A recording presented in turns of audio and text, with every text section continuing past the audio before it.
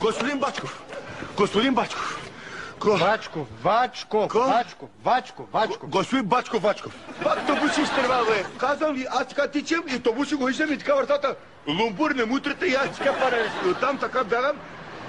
Писна ми вече, дайте най-накрая да взема едно книжка, да си качвам на това кола и да карам като бял човек. Моля ви се, господин Бачков. Добре. Господин Бачков, моля ви. Не Бачков, но ти се ме бъркаш. Добре, бе, Бачков, бе, моля се, бе. Добре. Ще се качиш в колата, но днес искам първо да те задам един теоретичен въпрос. Какво?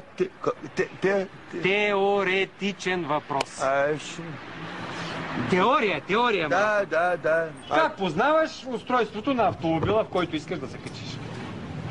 И Коста, аз познавам всички. Познавам Виолета, познавам Минка, познавам Сика, познавам куцата Кера. Знам. Минчо Лудия познавам. Знам. Чакай малко. Теория значи устройството на автомобила, в който искаш да се качиш. Готов ли си? Готов си. Така. Значи, какво ще направиш, ако тази кола се развали на пътя? Как се развали, господин Бачков? Той си купува много кола от магазина, бе. Силвестре. Да предположим, че ти се развали колата, макар и нова, на пътя. Какво ще направиш? Кой ще направи? Ще го сремонтирам веднага, бе. Хайде, покажи. Как ще я ремонтираш? Аз съм гледал, бе, господин Бачков. Добре, давай. Къде се отвариш? Тук ли викаш капак, къде беше? Не, малко по-нагоре, Как капак?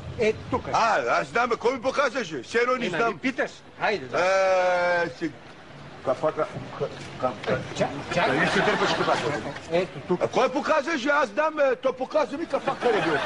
Господине, господин Бачков. Ето, отваря си като хладилник мраз. Добре. И... Готово! Добре, де, покажи как ще я ремонтираш на И пътя. как ще ремонтирам ми? Аз съм гледал много... Сега ще го изремонтирам. Ако вземе да не тръгнеш майка ти циганска, ако ти играе един чук вътре в двигателя, ти разбирате, ще те смачкам ламарините и ще тръгваш или няма да тръгнеш.